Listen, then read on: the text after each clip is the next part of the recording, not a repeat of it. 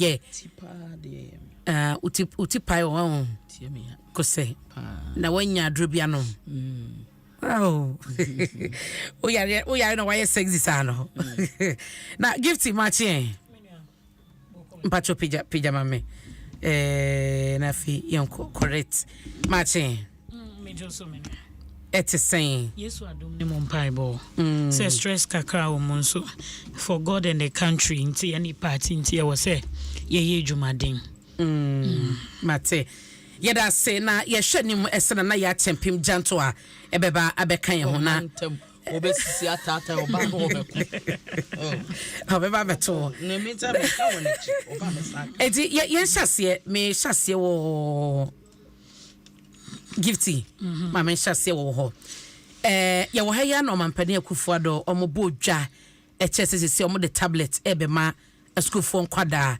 omo senior high school so no na aboa sese ne wiase no level na ekono e wo se enumo musisa nti omo the tablet ebema enkwada no na the former president echese eye bribe eno mampani akufuado e de ma school phone kwada no mami misa bribe kwan ben so timu mame menu amedasi na ni edikai me di nchia kese e de ma ye incoming president John Dramani Mahama onu a Ghana dana koma so onu a oye ade a odwin Ghana hu kane ansa na oye bibi obeyama oman no ansa na ne hu ankasa ebe mu na party fo nyina ebe mu bi nchi anso koma ye regional chairman Honorable Emmanuel Ashimo adwuma pa oye no yesi yonkoso nyame nhye ne den no nye adwuma pa na yemfenji seat ni free MPP for Nsem can December 7th. Also to my incoming MP of my constituency, but you know English a man from Honorable Felix Akwete Oakley. Or you be a sebi, or you're very humble, tie nipa asem. Na nipa se na usuma ne parliamenta. Okoye jumaden, no de mu national cake chefano edi abremu timemufo na mo wo but you know English a man from no. Nti adisrede na edi be mo say this time there, enye MPP for seat a sesi ade ye gi ade.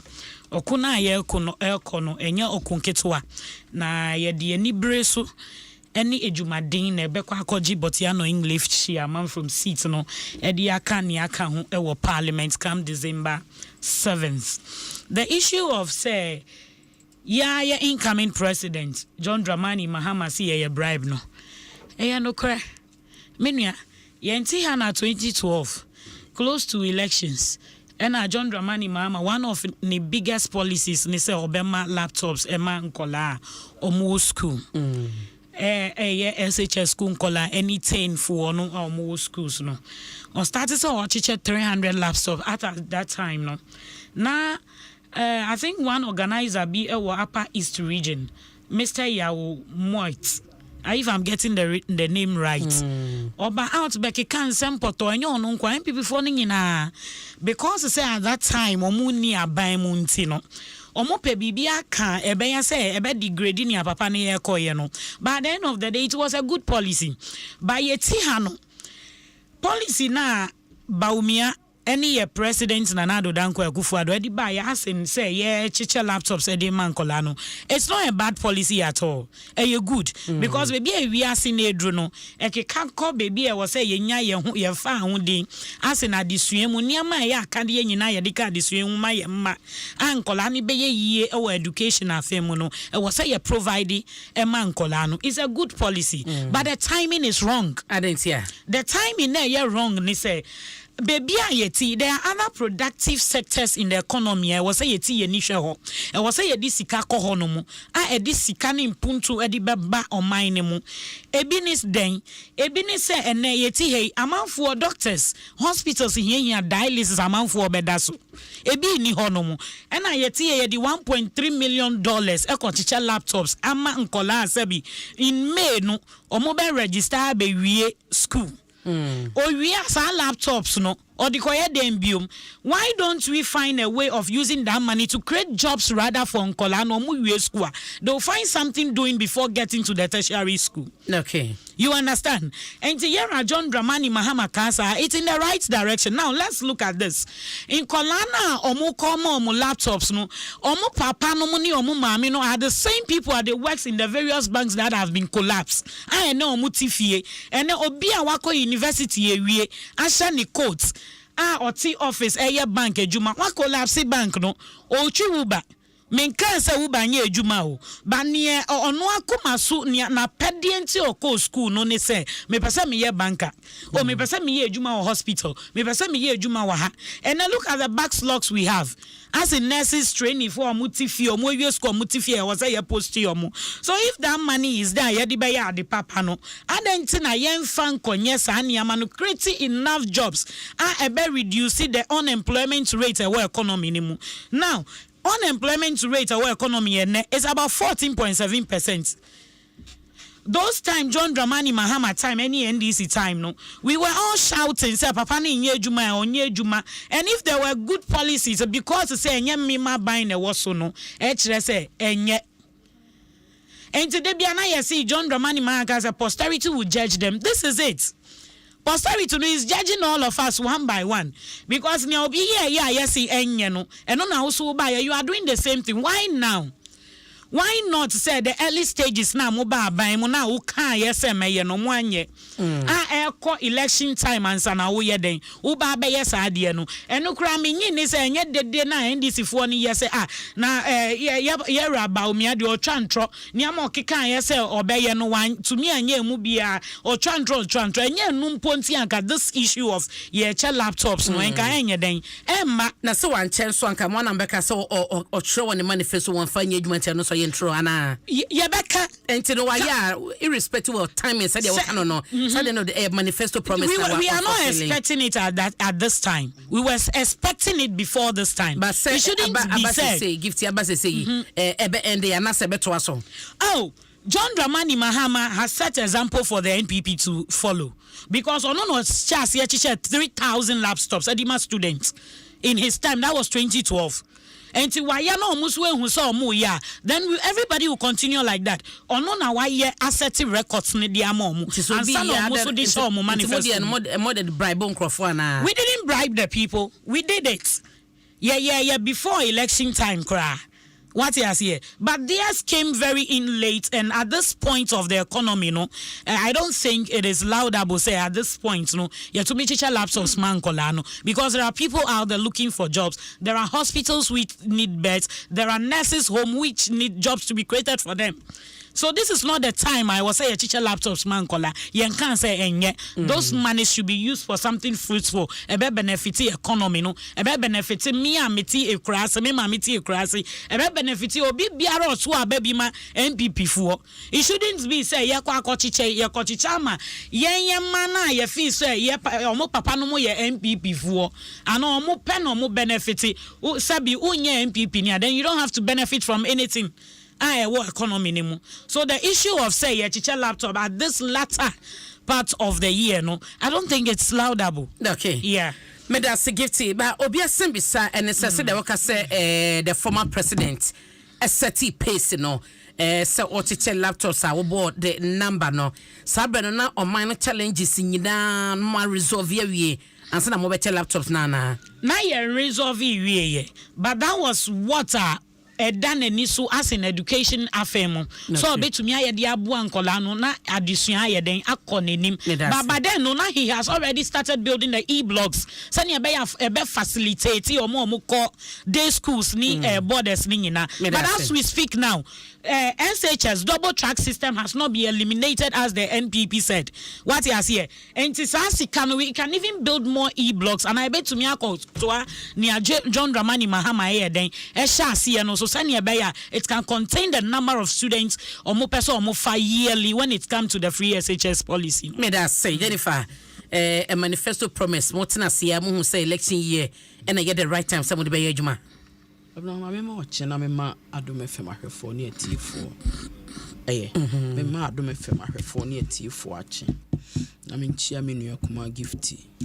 na me sanse ne ho te say me ho yo o bas me dance bas entirely o show up deep post ni refi me de ni refi me boss back na say o to kwan kakra nti na say me sini nua ba me da ho o tie ye o nyame ado e de nyame ase asema obisa nka asem tietietia me de semi nua gift ka so ka asem bi o say to a friend say yene MPP for na yetwen no si wo mo ho ebra 2012 era John Dramani mama ekoche 3,000 laptops.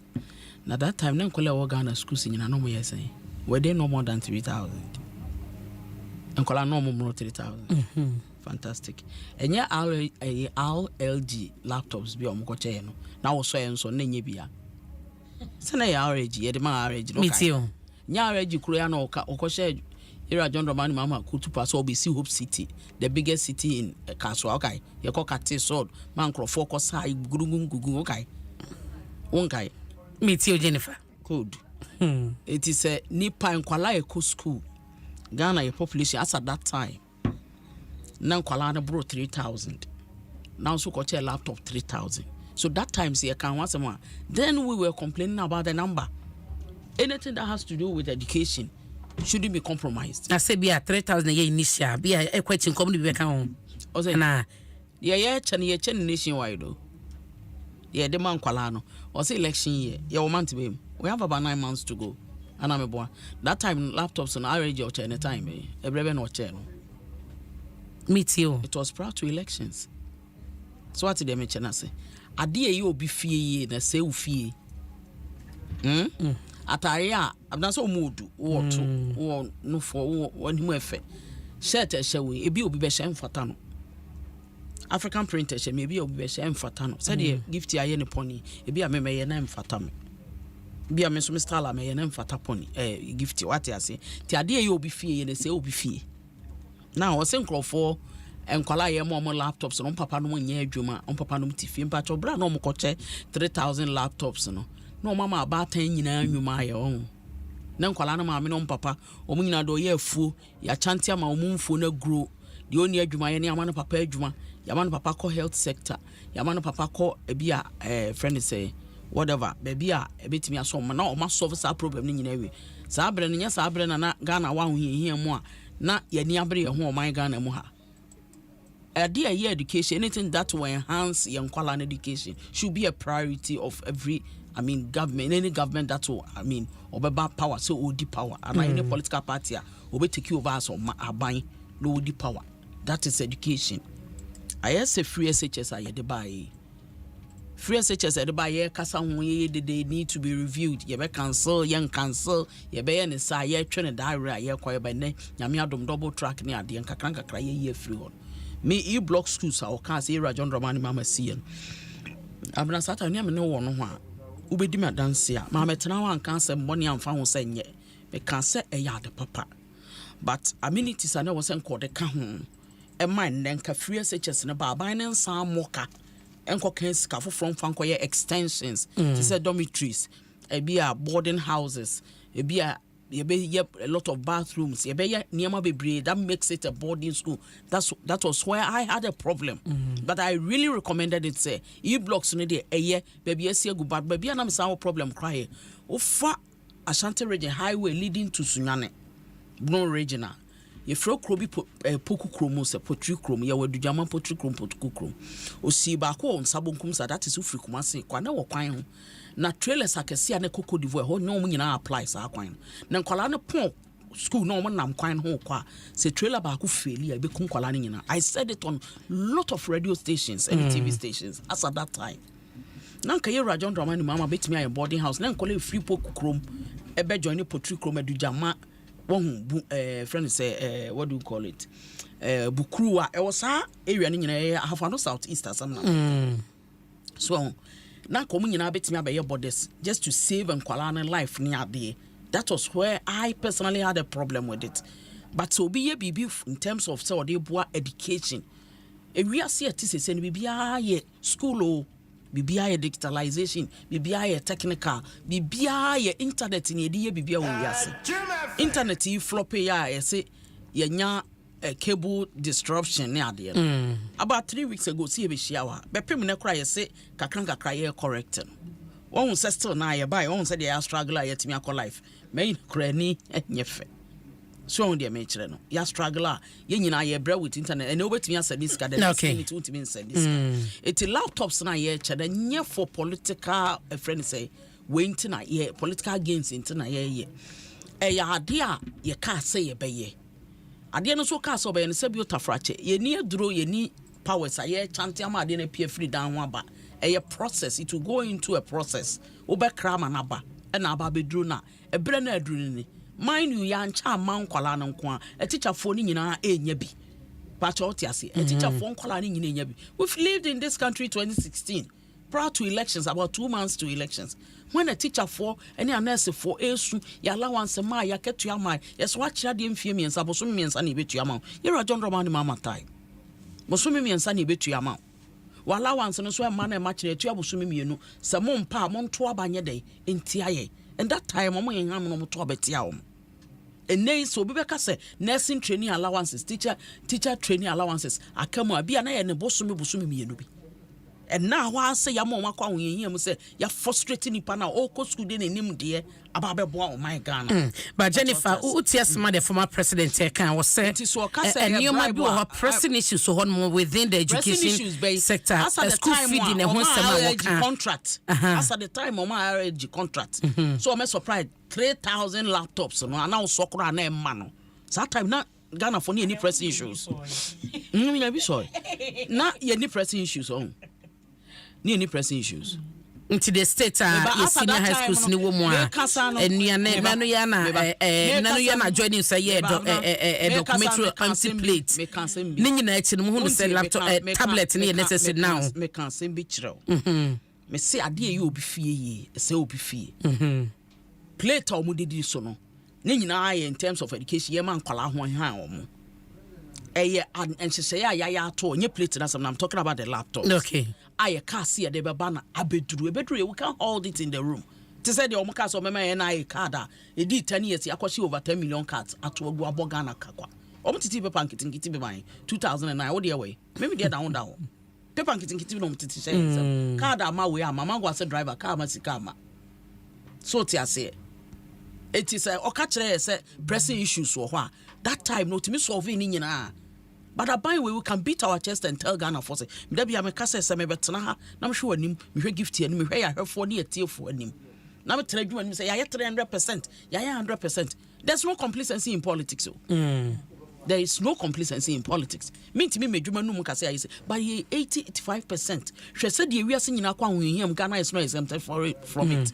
We cannot isolate ourselves from, and when here come the wealthiest country we are say almost try to revive the economy again. But Ghana, ye inner city rose ye akwan ya ka se be ye and niam ya ka se be ye post COVID. E be no ye jato. Yes, of course. E be they may not be moving faster as I expected. But what you see. But now have be akwa kudra. Ye kwa IMF see no minority for trotro yen cancel way yen twa way ye social interventions in IMF see ntwam. And IMF for na ebu abaso. Say your team ya try my inflation crowd drop yaba from 53% to 23%. Nyankopon ye adoma 2025 you are going to hit a single digit by 8%. Etino metimi aka say me nka say me dwumanum say ayebi. The good thing is that 2024 elections is going to be about the future and the past. Mate. 2 vice presidents about akwa bedi biye onya akwanya sebe ne driver edan sabunku so radem fan currency no benya akwanya oboard the principles and ideas ni bibia abaye na ba kon so abaye driver di obi achi o se me digitalization ba me madwunu me mo mu se na me aboa me driver ami aba bedu ntemo ma me nso akwanya elections was a kroma yedin it's a matter of comparison there why you no na ye ba be ka ho asem enti untimi nka nkere me say there are pressing issues intino eni se nkwala ne ne ma be hanse o mo education no we should have given them ade be ya wo John Romani mama wo fie no enti mama ye na dan kwa kufa da na se be Dr. Mahmoud Baumia e beti aba be ye ni ba wo gitum se kwan bi so no mo de be da dan krofo kakra na wo be de na de ada obi se nkwala ne bi unu asaba akọ oka se mampani former president ma otimi ka se bribe na de ama so it means that RG de na de by na bribe on. Are you telling us what you did in your government Is that what he is trying to tell us? Is that what he is trying to tell us? Onimnia mutumi yenti no kansa. Debi. So so ka say a bribe and kola kroya na true fair suggest omunye opportunity omu try man pedi that John Roman mama yana sabe ka kire say enkra no bo apo and omu dua apo and enye school na ya ne ye bia na amoma yesa okay kansa na obu nkwala na be mind you, they are all, a lot of them will be turning 18 maybe babenya 20 days. Say no na the former president e ka say ntina ma said that the tablet e come mama mo de mo ko sase. It's a promise we gave Ghanaians that this is what we are going to do to enhance our education. Today na ma promise na twen ya election year na do some we ho djuma. Okra niam no a wodi sika na akwakoto nipa company ne manufacture de na de abrel na take mo be say take say ye ka say process ne be ye no free such ye ba na ado wodi ni na ho wodi me ni sika do man kra ni sika no se be start 2017 na no start different from other friends say other niama ye di gu akwama ye de be enhance education one after the other. So I can actually say probably this is the time our laptops are ready. It doesn't go anywhere near elections. We have 9 months to go. How do we convince people with the laptop? But our collaborative abna a collaborative laptop no office laptop na buana menasua de MPP aban so na bae na akwala no nsusu yemu ni hunu yemu no ankasa free ni pem sese meto aba ma MPP a eno no we've no coherence akwala no so nkonkoto aba maye. You get my point. Asamini nyina no. Me da say Jennifer Oforiwa Queen. O da be nyam point. Jennifer how do you? Nyam point na ye guso etwe na ya tempim janto a. Oba we dry. Na yenhwe fa wo ho nsem. Gifty. Yeah. On say fiti bosumi ya asase de ba no. Fangobo ekosro GPRT for consider next week come back meeting no more the transport fare increment ebeba near so kitaka unkitaka ebeka and I once so kitaka no kodru for station one ma ya tumu twice nti no ope obeto saying menu abida medase na ansa na no menu ane keka nsem bi se na sika na eni ho nti na afi na sika na aba mode ko ye about the laptop issues. Me say it drew so cranium man any part of the ba. Okay. So probably this is the time I ready but it doesn't go anywhere near politics. I never mentioned this. Okay, all right. And see the issue of say a process no. Nienti ayenso ye time. Ye twen yes edrumre bi ansa na ye na no so ye process because who be ye bibia like she rightly said say omu cry ya fe na niama na ba no then times niama ne beba no na the people you requested the thing from afe no muso ye processing and bibia wo be ye bia wa brabo we mu no it's all about processing. What you say? We are not copying. Why na copying why? That's okay. Mo na mo copying ya na ye copy mu.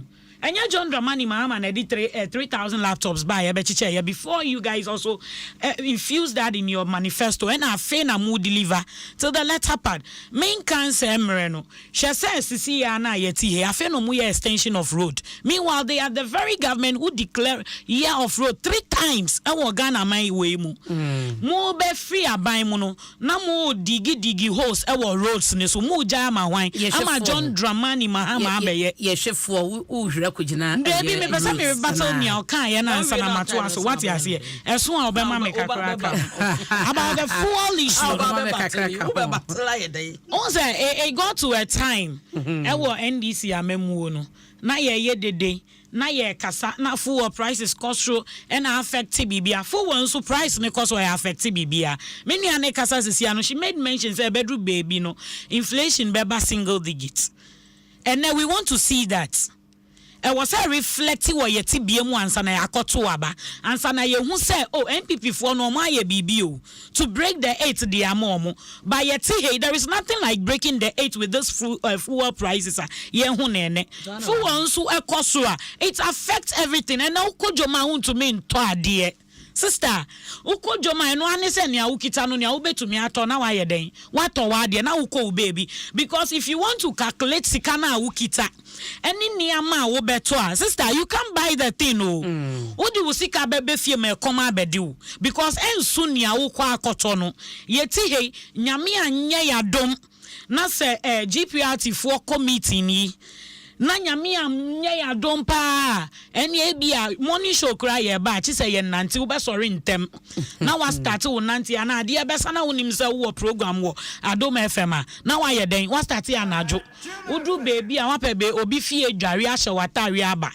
because lorry fair e ya ade bia sister utu ye o utu ye ya papa enti ye di enti na ye ti oman we mu na Adoni baumia omo be promise ye o ye ba ejuma be bruso ye ba ye beti fango so ene fango 1 liter 14 cedis plus meboa ene ye ti he mahama time na ye sen enu kura na ye kasa enu kura na ye dede enti edi important pa na MPP fuo eni ye president me dia me friend me president because me den ya still lawyer me president so December 7th ye to abayi John Dramani Mahama and sana me friend me president biom but ye ti han kwa de nanado ye me president oni ba omo ye me vice what you see so now no fuel prices baby akeka nko no emwayen emwaye kran astimemufuo because me so me tax sika wo mu me sister Jennifer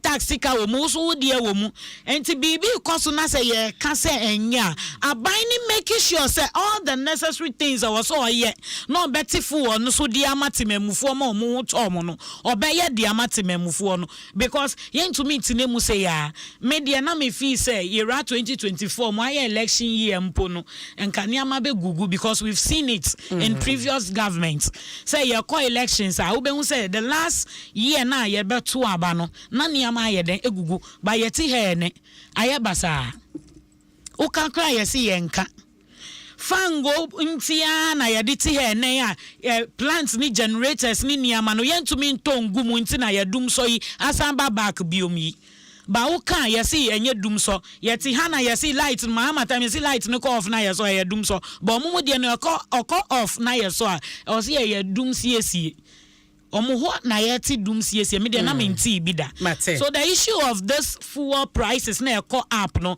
I think the government should do something about it quickly because it affect bibia bi e wo mine mo but se ye de me ne ye boss focus ayi be ye den ani manimu ya se aban betuma ye bibia fa ho isan se IMF gina ya wo masie so mo de ba se nkomu ye fi ho kra eno mo sanding krata ba se wo so mo gisa sika no e from man for ho na mame nko Jennifer ho boko eba e de no mo de ye IMF CK ko eba e de no mate say yes June no say de daben the third trend ni beba na first and second one na eba ye kra na project o mo list yes o mo de be ye niam nyina me te say na me sister ni say kakanga kwa double track o mo ye free it was one of their main agenda say IMF CK ni ba o mo be yi double track ni free but ene free hoye my sister and free hoye me won call our mufi o muko double track and then me no kasakra they are still home they'll go back to school on the 17th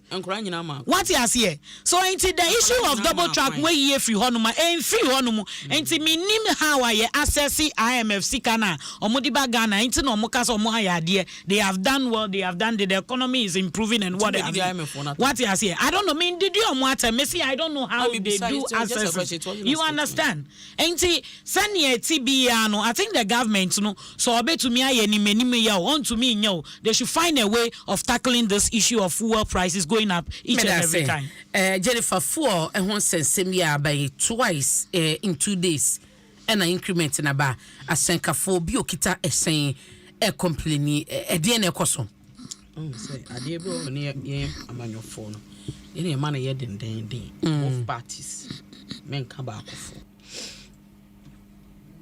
oh baby we are say ekosisi ye ka fuel ya say menu aba ya kasa ma menti ayi bi mfiri no say one teacher one tablet one student one way na dey amon na for elections unim say teacher for the years started 3 years ago 2021 year ko to aba Year 2020, 2021 year started teacher 40. Oh, just that one ma want meka. Agabonu or say papa ni who need anybody. Angel Kabonu. I know about my mean to me more. And one Angel Kaboni can be. I don't know where Angel into the Angel. Or both for my angel. That's anything. Oh, I never be walk as our moha, no be friends. I come by because I come by a national organizer of NDC. That time I come by a national organizer. No way. Okay, I can't say me. I come by me one number. I need to have one friend. So now I ain't a bush and in. On your bush, I didn't go over Bizana. And Channel Bray, the Pequaco pivot. It's just for the 2021 that 3 years ago. You can school for no more almost 18 years. Almost 7 the former president. Do you have a problem with it? Me, you must have America. And I do you have a me whether I have and as I don't know. You have a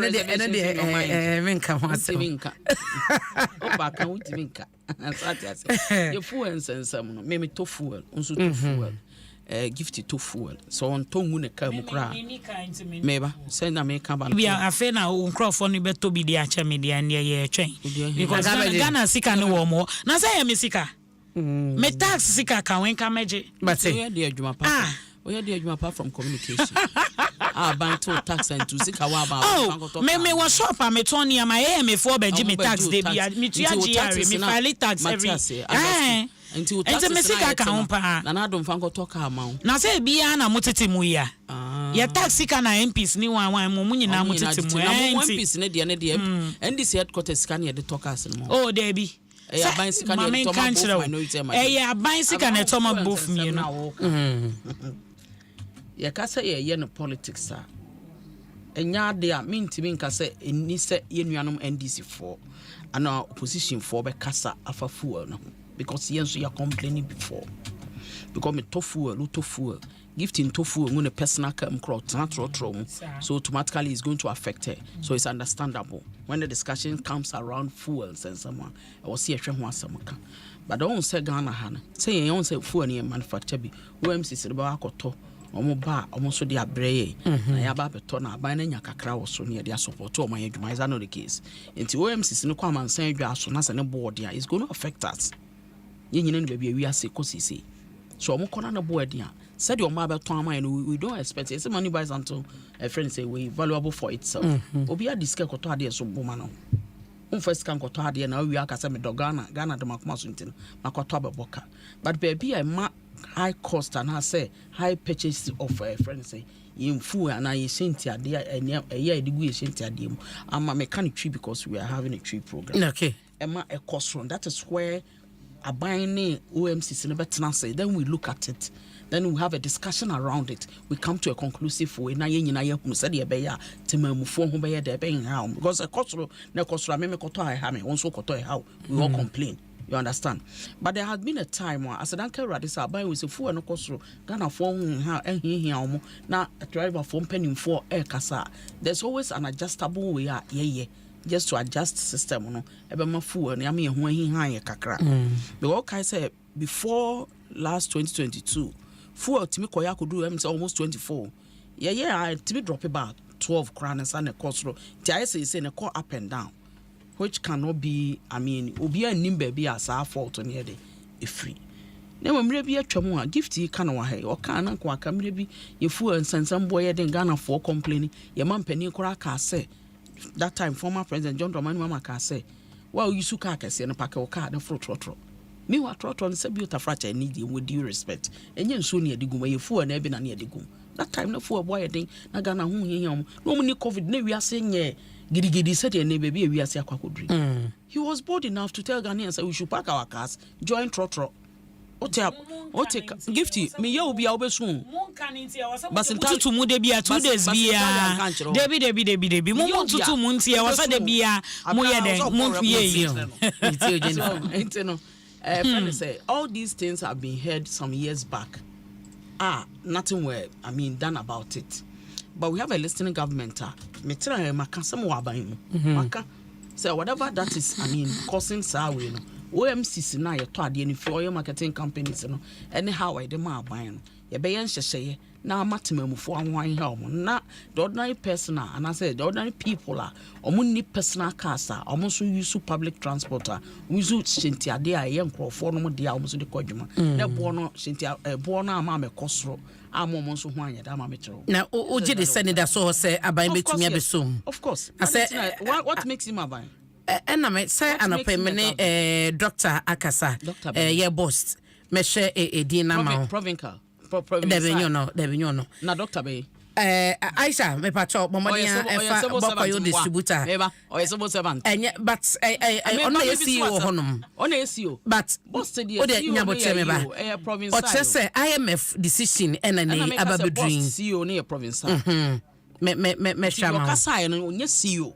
okay into wo betumi reverse ya me chese oye de meje yina ma me ni no fe me shama abna fadine bra abna na tie nti Aisha na obefre Aisha fadine bra Aisha oye chiriwia fadine bra na video na o se Aisha yesi sisi ano ejuma e di Ghana pass o be ye MPP communicator aya na sasam no mo kan o defend and defend biom o say wafro obi I don't like that wafro obi na oni nipa na kasa na obi obeka sasa no bia the person doesn't know what he's talking about he or she is talking about when we've not told anybody MPP yenya yemfidie ngu ho yenya adwuma say yen kasa ma ye party ni aban ni bi so what makes it difficult for us to communicate for our party me better na kan no matena defend say aban ni pompo Ghana for pompo ye atofo anum did I say that sometimes you need to calm nerves down that is purely communication ko bisa Basintali many Basintali at radio is almost 8-9 years he knows what I can do who abnama crown kasa videos before you come here I am a kasa just to make reference. Have I not been bold enough to sit on your radio and I said to sit before you and mention it? I call people out all the time, but when there's an issue, chaos. You need to calm nerves down. Every situation, you assess it, now you discuss it, then we come to a conclusive way. You understand? So what is making it difficult for MPP communicators to communicate? What is making it difficult for us? Ya kumo obi ne yesi ya kata so ne yesi nko defend na ya ba ne yesi nipa nkora ya nkono second nkora wanfa ngono wanfa mo no. Do people understand what communication is?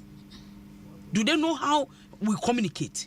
Do they know what a strategic communication is?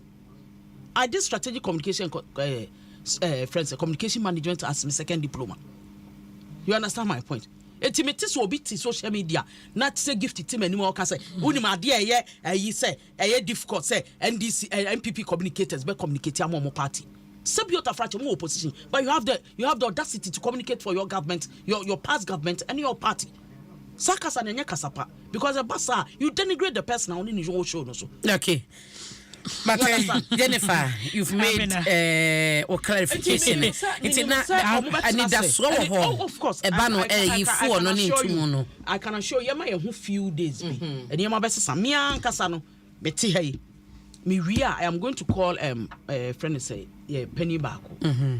Then we know the way forward. Maybe yet friend say or your person. When you be a microphone, we need tank credit lift forward. Okay. But since I communicate for my party, and not just a communicator, a national executive of the party, I need to know certain things. What you say, but I can assure Ghana for say, Yama or some few way, and Yama Sansa. We are not a government, in crisis like this, and I say situation like this, we tell Ghana for say, Pakoka, Nako Fro. A baby a chumwa, Nagana Niam, him, see you, John Roman Mama type, Kogana Webo. Emuya demand over switch the Ghana force. When you would mame tea, as one make an ye. You give it here as a communication. I had your mind. Mumesu, I know time in so Ghana for my over switch the Ghana force. Woman mobile, no donna woman, Munyame Wabble now 10 things around. That time now, which he did before leaving power. That time now, no can not to have it, not or to angel be a betiana. Which he did. Was he sitting on the shoulder of one of the same way? President Nana. Nyama koso no catch say. Abai fufu na beba ansa na obeye ni. Debi. Abai na you can keep it we are no akasa ntina okasa. Unse na say interjections be jai. It is abai we bibi aba na me betena na me beka. There's nothing wrong with that. Some better than because or munya or some mobile strike or munqua. I've disrespected them. Me that say. What you say? Jennifer and what in a canona gifting. Sir, all battles be Fatima young the issue of saying MPP for a Juma heading CCA or communication. I said that because can say oil asemono also frobi and an ipani can say yes see any me ya so say no and bet them say okay near papani can no cre but I got my information from a reliable source. You understand? So that is why Abina was ready. Listen, that is why Abina was ready to give us the name of the person. And what did I say? So that you can verify. Say nipa no afraid or you juma na oh my bad internet na me can say no say maybe ebi ani pano ni dinu ena wo hwehwe na onya ye nti onya edi na we will see the person na can asem no because of free one by one then the person is right say enye ni ya na full prices ni be ye den e be ba from what you here. So say, do we know communication? Do we know this? If we don't have any idea about communication, we cannot come and sit on radio because you understand? Exactly. And we don't have the right as party people or team members to question you. To say what are you talking about? Hey, same way you people were criticizing John Dramani Mahama some years back. Same way we Ghanaians also will criticize you people. What you see? We have to tell you, as good citizens. Nanado has taxed us not to be spectators. What you see? And to be because we need to voice out. Or see if you see something, say it. You understand? No, I'm not contradicting myself. So what you guys are doing, and to make sure say, boy mu share Ghana for no, mu be disu, na mu deliver Ghana from Kwasum na mu di Ghana akono. Simple and short. May I say, Penny Dimbra. Oh, Penyam Kasa, Dr. Patrick Kofurin. Or your chief executive officer at the Chamber of Bokoyo distributors in Tino, no Edini Juma. Now, they are watching St. Crata na a baye, and Crate di kind baye. Emma, a yabaye, Sessicano, 16 pesos, 14 pesos on petrol, diesel, any LPG no, and car omu year no if you ho. And almost sending crata by so almost still nano, Omodema Ghana for sir, and according to your cat say, there be but LPG nidia, Yanni Gabi Ekasa and Gabi say, so we 14 pesos now, Omuchi and Oma sign at the Ghana for Hona. Oma Sunday once the 20 pesos at to kilo bia bako so we are discussing about double increment. What you say? You're Kenyan and it means that a binding first cow from a can but the subsidy you free and was Sunday by LPG they was Sunday bia can. Let us be clear on this. Yeah. A bind on first cow from a can home and food and cost. By bois OMC Siliba Toma, a buying a near tona, a buying subsidized by taking some amount of money from it. And our buying a Sandy Ababe can. Ama yako back to Sika na ye tuamwa. Nemo LPG na be a buying a day 1 CD 20 pesos. I can 14 pesos in a home. And no, I was see account because and yet apart from 1 CD 20 pesos in the account. 14 pesos. Ama ayede ababe kan ama discussion aye we what dey mention that Jaffe no matter asama pentina na person asama kan okay price na cost no bianca say cost yes all the same me kasa say me kan kira wo say me kasa I've not mentioned it here say obi a nti omo ye wo air we just want to be omo ye wo air na omo frefre nti abna ye Yo, I know more from or from so for but catch say me who Adom na me say me frɛ. Simple and short. Sometimes me kasa na me da. Until we are not chom so what ton kasa na.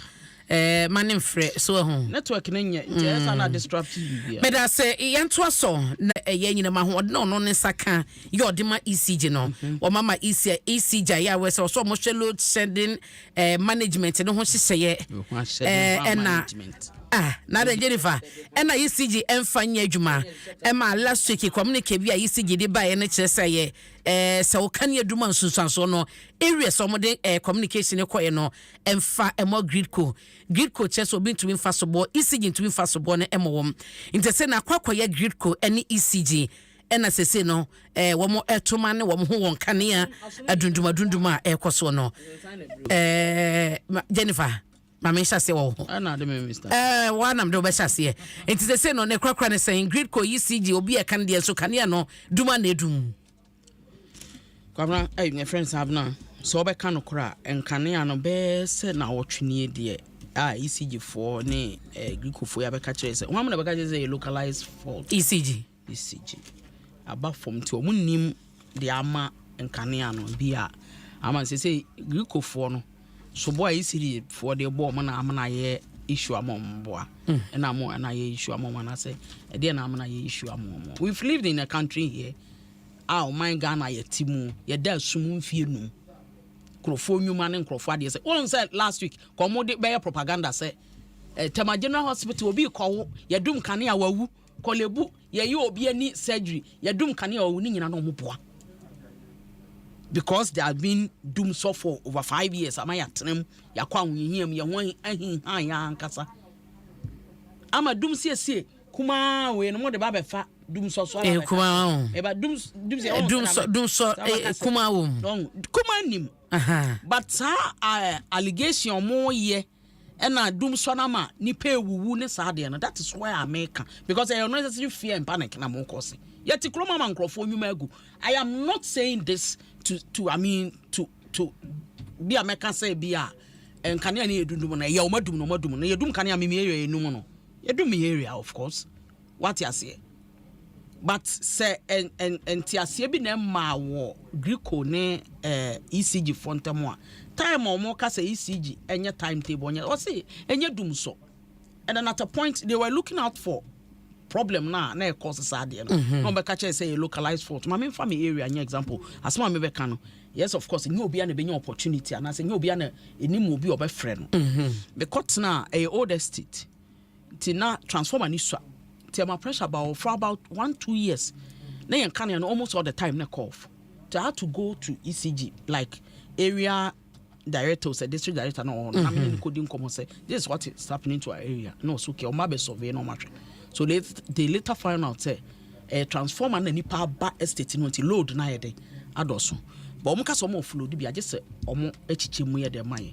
So we all concluded say any omo mo with a new transformer no the new transformer before God the man for the past 5-6 years in and can any num until recent we are Ghana nyina nye ye ho nko a me ka kwa akosi say ye cables a ye de ye nkane asem how a ye nkane asem ne ye no ebu what say load that some are making they have to offload some of them they have to change most of the transformers some changing machines in the bebre then you man bebre ho so system by so doing it is going to affect people affect yen customers are benefit and I say ye dey sika ton kan free ECG okay so mpacho what dey mention na say enti Greeko asama all can say Greeko forces mpacho bezo repeat be almost say omo chese omo ma ECG meet we ka say director na so mo dia to manim ese load shedding management no mo hwe no ho asem ne timetable sem no na ade na man ye den pa say ECG di timetable be ba monten. I am not answering your question with a question ade ntina ade ni ho no mo force say because na se kan ye na duma na enum because we atwam no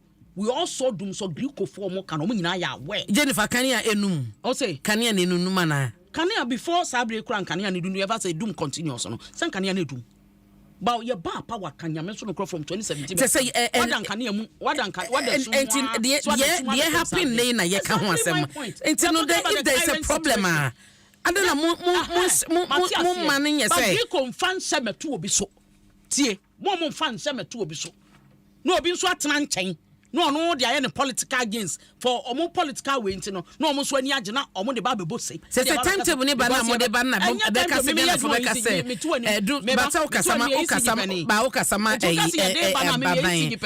me pesa me tie say what timetable e bia kokomlemle for anopemu wo kanea mo amowo car price ni ochamo mo benya e de ne sika de ne man ye hu say ECG budget tum di timetable aba bibia ni ho a ehunu huna wo bia mate but won tra ba bi na amehye enka see em for timetable enyo no na de power na ema na wache Greek ko na de ma for adwene kwa akire wonya amanyuni asema me can what say I don't say certain things here mama story headline obi ama headline but you see it na baby me shemra mo obi when there's none they should get it omu nyina nim what the problem is which is being solved. It would and Shabbat say it's coming for Greek, it's coming from Greek continent. A Caribbean Greek Acadian, we are singing answer.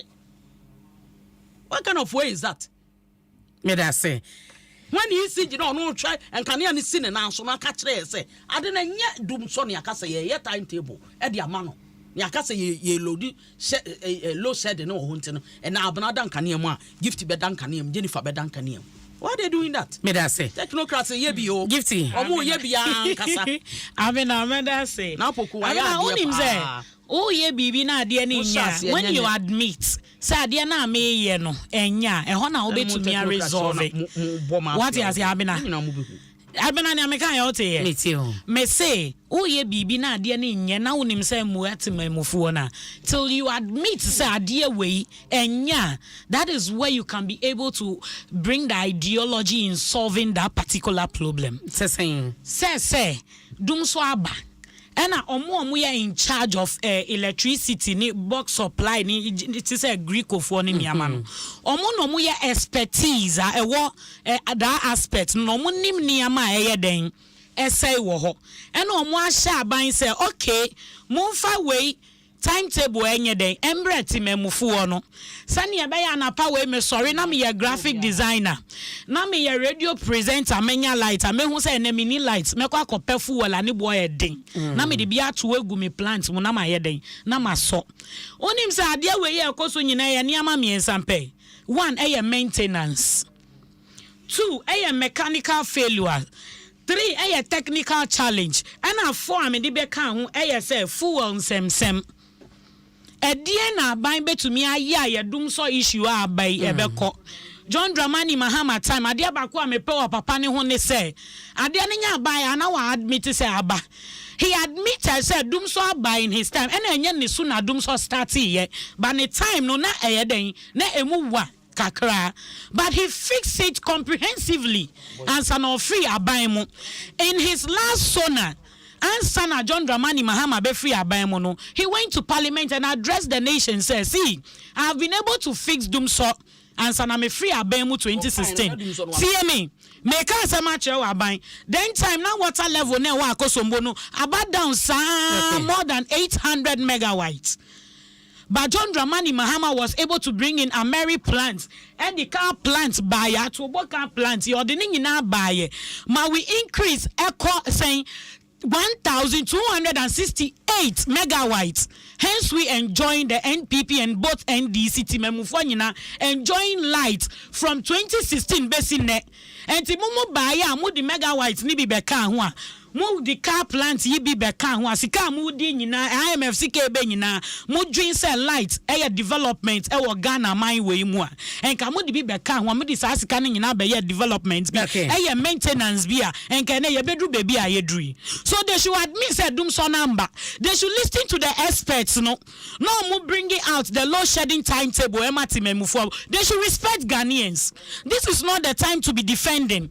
Say omu nim ne ekoso na omu nim enom ebi so ne say yesi ebi mu no eko eyi boat bi wo we hu na light ni call off na den nsam ni bebre just admit say dum so na aba obi afex bipe all the president obi afex dum so pe aden na MPP aban ko ade omu pese omu beji atum me da say you understand enang bedevi ena wotene kan collateral wonim se to da bia na opesika bi de ahye u business mu wudwumade bi mu ye capital na we here no sanse ye ne mu odu ni nti no be kone se fa bibi be sia wo wa ene wo dan wo car na wo de no akwakoto so ansa na sika nimpo ba bi ku a wo kwaji sika no wo mo de be ma wo mo de ama na eno ena CBG se men kan tro se wo ma be sia ya sabes no de ma no ka se kwakwa fa bibia e fa be dia kagina mu nti wotine se no no a wo ye bia wo dwadie bia wodie ya na se eye ko na mudi dwa eye dwuma ko ya wo manage ye wa wo dia opese wo bie mu utre mu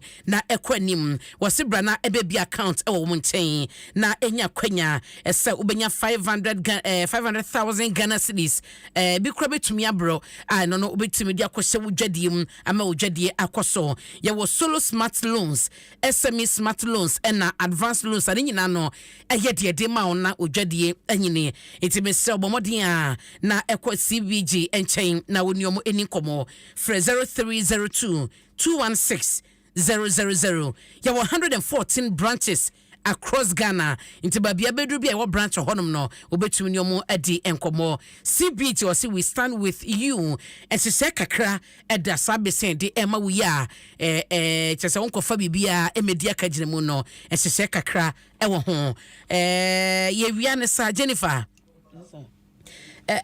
obia send message wa ha o se me kan cho se said ye enkane ne edum no etete Ghana for pa ese omnyema enti timetable no de ne si kwan de na atechire mu de say timetable no ma bonti se wo ba ye nka wo ka se de na achechire ye na wana ka se the timetable bi ba bibi be chechire me na mo almost na the question e ba ye no to nim se me no officer me Pakistani and I'm free so weto se bia ho no e bia ho se de enti nkane na edum area me dey affect me bi yeah affect me bi me kan kire me mfa timetable mra me ba hey se me nya director ECG but say ye kan wo pe fu ense se onyo bi frɛ no ye kan of course se bi otafache party no wa ban mu me ye national executive enti bibi na tie no wa ankasa wonte ase a me wo ho akwanya se wo se me kire mu ade me nim no na maka kire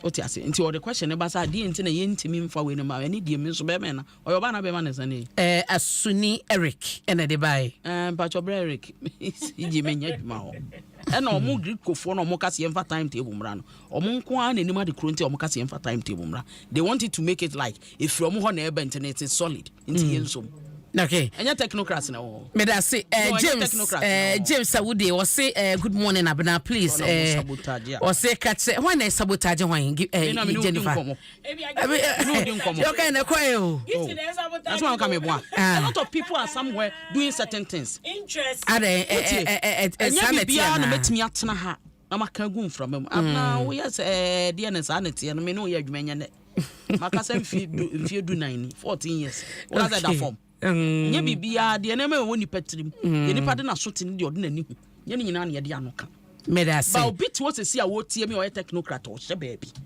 woni mbone a wo di no office wo ayen politician gift it hey said achi onim so na ban baba oba be di aban e bi kwale ntire no anim forget it e bi na onya forget it Jennifer bi o expect bi onya CEO bi na deputy minister bi na there will be a technocrat at her office boni a obedi na ban no ne sa ne de wo bebi a o menua ya wo bebi a but sa mu be gi atum na mo afet obetimi de deal aba say ya 120 years ago o kai sa na apoko energy minister yede ne call energy 2021 o kai sa ne first way ya wo ye no it was 4th September I stand to be corrected on the date but September 4 September dey me birthday birthday any asemu si na technocrat omo ho no for over 20 years kasago microphone okoye no na okoye first 3 months no na baakofo disca close to 800,000 to 900,000 Ghana cedis omo shamanyofo na technocrat what dey me omo no shamanyofo na chi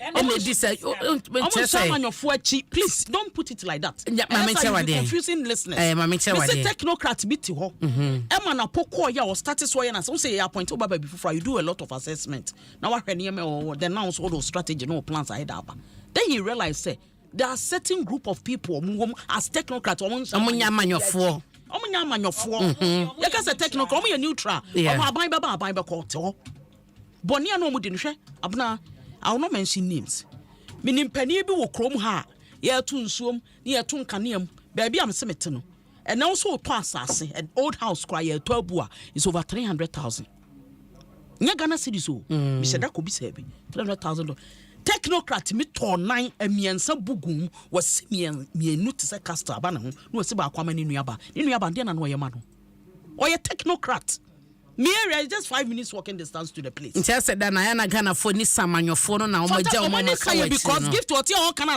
na no tap na no den no di be ye no ye amanyofo no ye adwuma no obenya contract ho aye na bi ode ne mfa so na bi akobo sesen ba akomienu bi me ye house warming na ni me panam party me na kote ye na me jaye na ye house na nipa nyina apu aba nti gift o no ye me nua wa amanyosem no ba no ba hu se Jennifer so wa obi a watia to nsuo we na o ye nsuo ya gift will be happy for me because o ya amanyoni na technocrat o no sabiota fracha abo man ne kro mu ato dan se de me kan akosi dan se no tina konwa betwa ne ho sa na ye di aban na tama no ye di politicians atama no wo di ni bi wono nkasa so di ni bi no ko se da dura na yira shakaba na ono so ahye shoe lelele ahye trouser kese akọ nyina so nti mu hu na mo sana nti ye na ya ma ye no emra kwan bi ne wai do mo fa so na ye tibia exactly say the American no na poku ye intercepting nipa ne bebre ema omo ye nipa ne bebre afiri wa ye hwehwe omo nsem ye twinti ana mbese the profile befra ye hwehwe omo nsem me kra afi madwene kra saba so I will still have to ask me bisa na last the akosi ema abna sika ba ye it was all over the papers 2021 2022 menya accident mu ho sa time no sa bre no na sa asem wesi na waba fofora ohwe ne yama sika na technocrats bi ete ba bi omadi no there's always a sabotage against whichever government irrespective of the party gifting him meda seni ebramanya ediamame anope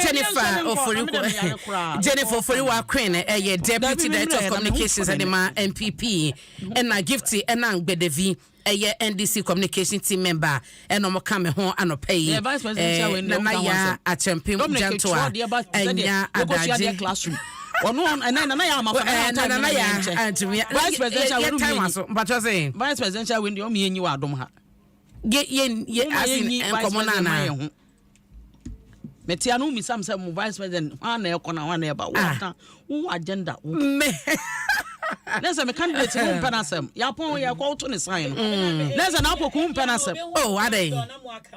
Na poku be device no pe. Na poku de me chia no pe what say de dodo na ye party no. Ni pa dodo na set on you ye. Ya me anso be chia. Ye chia. Wo be chia so be chia enso ye chia. We are about to bonten. Na poku na dodo na set on him say em fa de no man. Me da say. Na po energy minister. You say ye be mo be da ben outdoor no na boni din. The national officer mad abena fa betna news na gifting thing. You me da say why. Na some ye dey am betu din na muntu din. Ye dey so am be woda room. Oya den a ye be hu.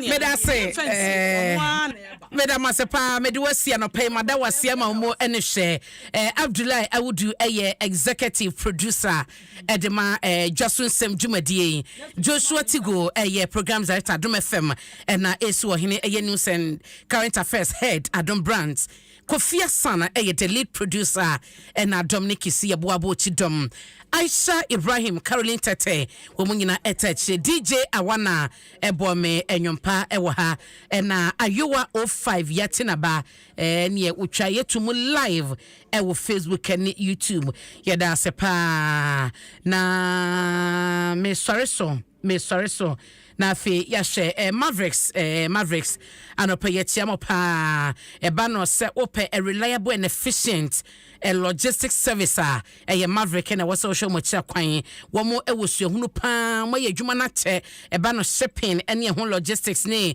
wo bra wo be fam nyina de hwehwe Maverick che kwan ko na hu Maverick wo se ene madrufie eni da so wo mu pa wo mo ye adwuma no so ento emfa ho na we ose happy birthday enko ema Maselina Mensa wo kumasi atonso nyankopon onsa na onye okese Sandra na etonkrei ede ebaye na mia me ma me kɔ enkɔkɔ enne ne kyina ene ne kwasi da Cecilia de da banfo ye ma minya 70 years enkɔkɔ enana odi ne dwuma voter house na oton enwi cream ni ade a ema ye de siesie hu eno enana ye ma me etododo na frenantie kua wonya ne ba bi kɔ na weekend ya ena aye no ekoso ewo enkɔkɔ ensuta bebia na wote enti kwabna banfo woni onuanom ni nyina yeso bade so ncheche mo re wate na ono a de opɛ ena woye omma onti wie mu mamo na weekend ya mo ya yi ni nyina no